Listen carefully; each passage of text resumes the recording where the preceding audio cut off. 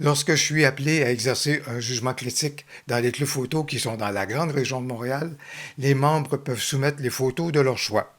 Et bien souvent, dans le lot de photos que j'ai à évaluer, je vais retrouver ce genre de photo-ci, qui est prise, par exemple, dans ce cas ici, au sommet du Mont-Royal, et qui nous présente donc la ville de Montréal.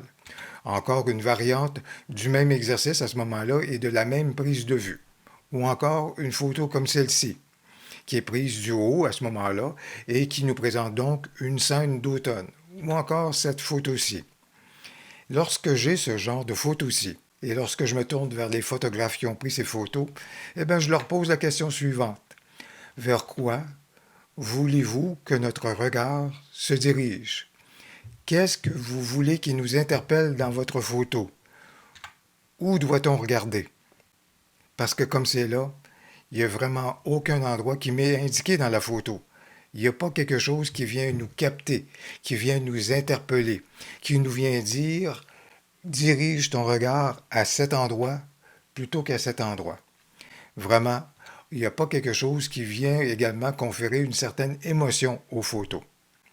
Les photos ont leur mérite à titre documentaire, mais est-ce que ce sont des photos qui viennent vraiment nous interpeller?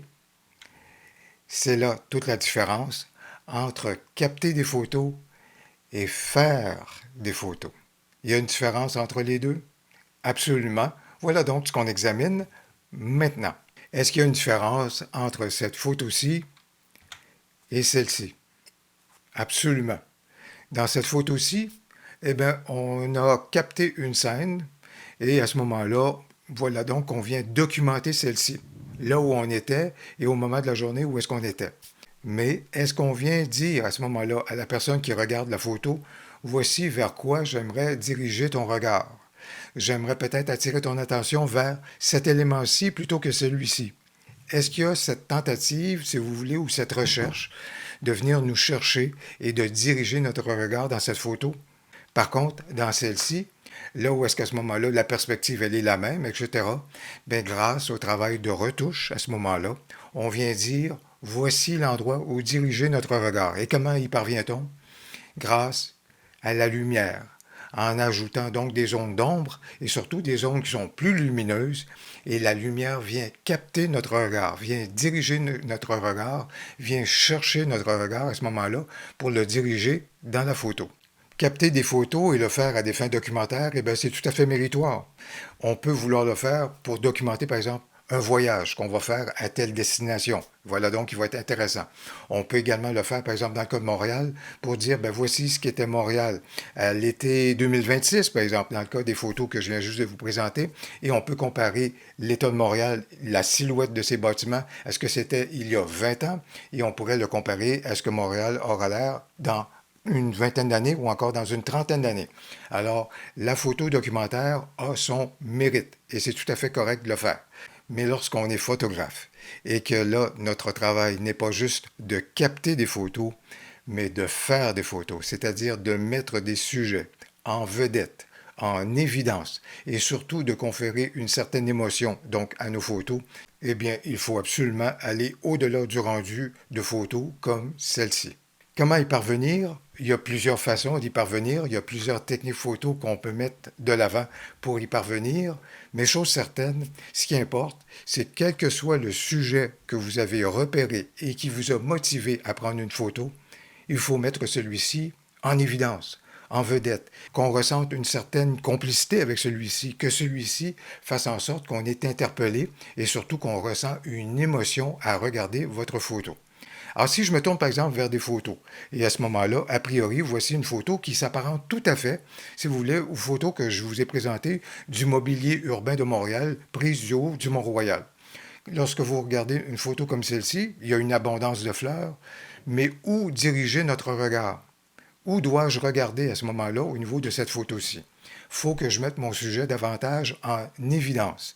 Et une façon d'y parvenir à ce moment-là, c'est en créant à ce moment-là des zones de lumière à ce moment-là dans votre photo. Ce qui fait en sorte que votre regard, dans ce cas ici, plutôt que dans ce cas ici, à ce moment-là, au niveau de votre regard, ben, ça dirige votre regard vers la gauche et vers une zone spécifique. Et vous constatez quand même à ce moment-là l'abondance de fleurs à ce moment-là dans l'ensemble de la photo. Mais à tout le moins, dans ce cas-ci, votre regard est à ce moment-là dirigé dans la photo.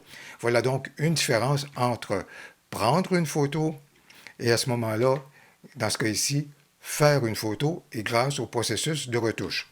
Le même exercice dans ce cas-ci. Alors, c'est une scène d'automne intéressante avec un personnage à ce moment-là qui se dirige et qui remonte donc dans le ruisseau. C'est sympathique, tout ça. Est-ce qu'on sent une proximité? Est-ce qu'on sent que notre regard, il est capté?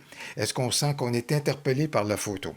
Alors, grâce au processus de retouche à ce moment-là, on peut partir d'une photo comme celle-ci, mais lorsqu'on fait un rendu comme ça ici, qu'on recadre également notre photo, qu'on se rapproche du sujet et de la silhouette à ce moment-là, et que surtout on a une ambiance et un éclairage en arrière-plan qui attire notre regard, on est beaucoup plus interpellé par cette photo-ci et ce rendu-ci que notre photo d'origine à ce moment-là, où est-ce que notre regard pouvait se diriger à n'importe quel endroit dans notre photo. Alors voilà donc comment on est capable justement davantage de faire une photo que de capter une photo.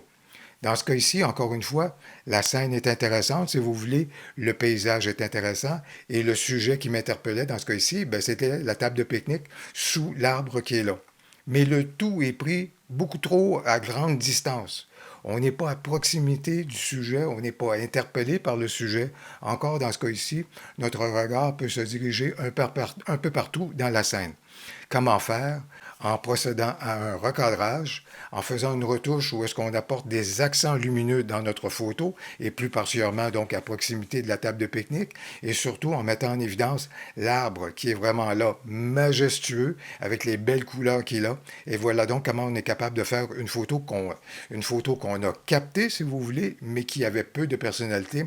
Et voici comment on est capable de faire une photo avec une intention qui est beaucoup plus accentuée, avec une intention qui est beaucoup plus manifeste. Encore dans ce cas ici, à ce moment-là, on a une scène qui est intéressante avec les bernaches qui sont là, si vous voulez, un lot de bernaches, un arrière-plan, tout cela. Eh bien, si on se rapproche de notre sujet, et surtout si on sélectionne qu'une portion de notre sujet, eh bien voilà donc qui est beaucoup plus intéressant. On se sent beaucoup plus happé par le sujet, dirigé vers le sujet à ce moment-là.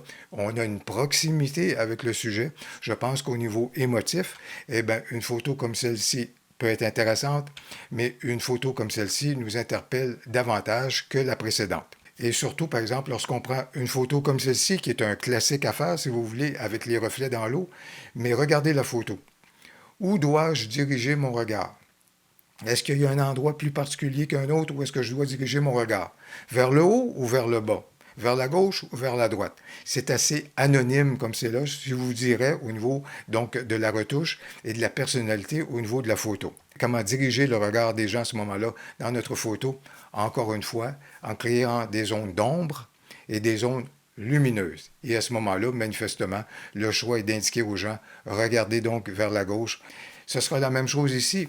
C'est un peu ce que je reprends au niveau des fleurs. Donc, d'entrée de jeu, voici donc un regard qu'on peut avoir à l'automne, des feuilles qui peuvent attirer notre regard, etc. C'est sympathique, mais dans l'ensemble, où dois-je regarder, si vous voulez? On a des pistes qui nous sont proposées dans la photo. Pourquoi ne pas se rapprocher davantage et ne choisir qu'une portion à ce moment-là de notre photo ou encore de notre sujet, comme par exemple dans ce cas ici. Alors, c'est beaucoup plus proche au niveau du sujet. On voit beaucoup plus de détails, on a davantage de couleurs, on a davantage de personnalité. Et au final, je vous dirais, je vous présente des photos qui, encore une fois, si vous voulez, se rapprochent du même regard au niveau des silhouettes urbaines qu'on avait donc dans le préambule. Voilà donc un paysage qui est là avec une certaine scène qui a un intérêt. Comment est-ce qu'on est capable de diriger davantage le regard à ce moment-là au niveau de cette scène? encore une fois, en créant des zones lumineuses et en dirigeant donc notre regard donc vers les moutons qui sont là, si vous voulez. Alors ça peut donc être sympathique et un arrière-plan qui est également intéressant. Donc le jeu d'ombre et de lumière dans ce cas-ci. Et c'est la même chose dans ce cas-ci, si je reprends la scène, surtout avec un ciel qui est tout blanc, qui n'a pas de personnalité, et encore là, notre regard qui peut se promener ça et là au niveau d'une photo comme celle-ci. Alors, si on veut faire, et si on veut passer de prendre une photo à faire une photo, eh bien, voilà donc la photo qu'on est capable de faire à ce moment-là, si vous voulez, en donnant un peu plus d'importance à certaines zones lumineuses plutôt qu'à d'autres endroits. Eh bien, voilà donc des pistes que je voulais vous suggérer pour que vous ayez au-delà, si vous voulez, de capter des photos, de faire des photos maintenant et surtout de conférer à vos photos davantage de personnalité et surtout davantage d'émotion. Et pour ce qui est des photos d'ensemble du mobilier urbain de Montréal qu'on a examiné d'entrée de jeu, eh bien, je vous dirais aux personnes qui ont pris ces photos, ben, éventuellement, à la descente du sommet du Mont-Royal, vous allez vous retrouver au centre-ville plutôt que de vous intéresser à un regard d'ensemble sur Montréal. Il y a des détails qui sont très intéressants à capter et qui vont bien capter à ce moment-là l'âme de Montréal et la murale de Leonard Cohen méritent votre attention et notre attention. Si vous avez apprécié la vidéo, n'hésitez donc pas à cliquer sur j'aime et surtout dans les commentaires, indiquez-nous comment vous dirigez notre regard dans vos photos. On a bien hâte de vous lire. Au plaisir, à la prochaine.